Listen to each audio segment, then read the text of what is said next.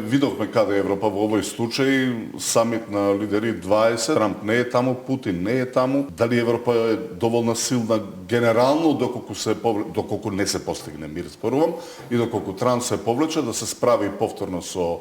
војната агресија од Русија, која што ќе биде веројатно многу помоќна. Русија ќе го потреби целиот арсенал на оружје, ако клучниот сојузник, внимавате, Зеленски го карактеризира Соединетите американски држави како клучен сојузник,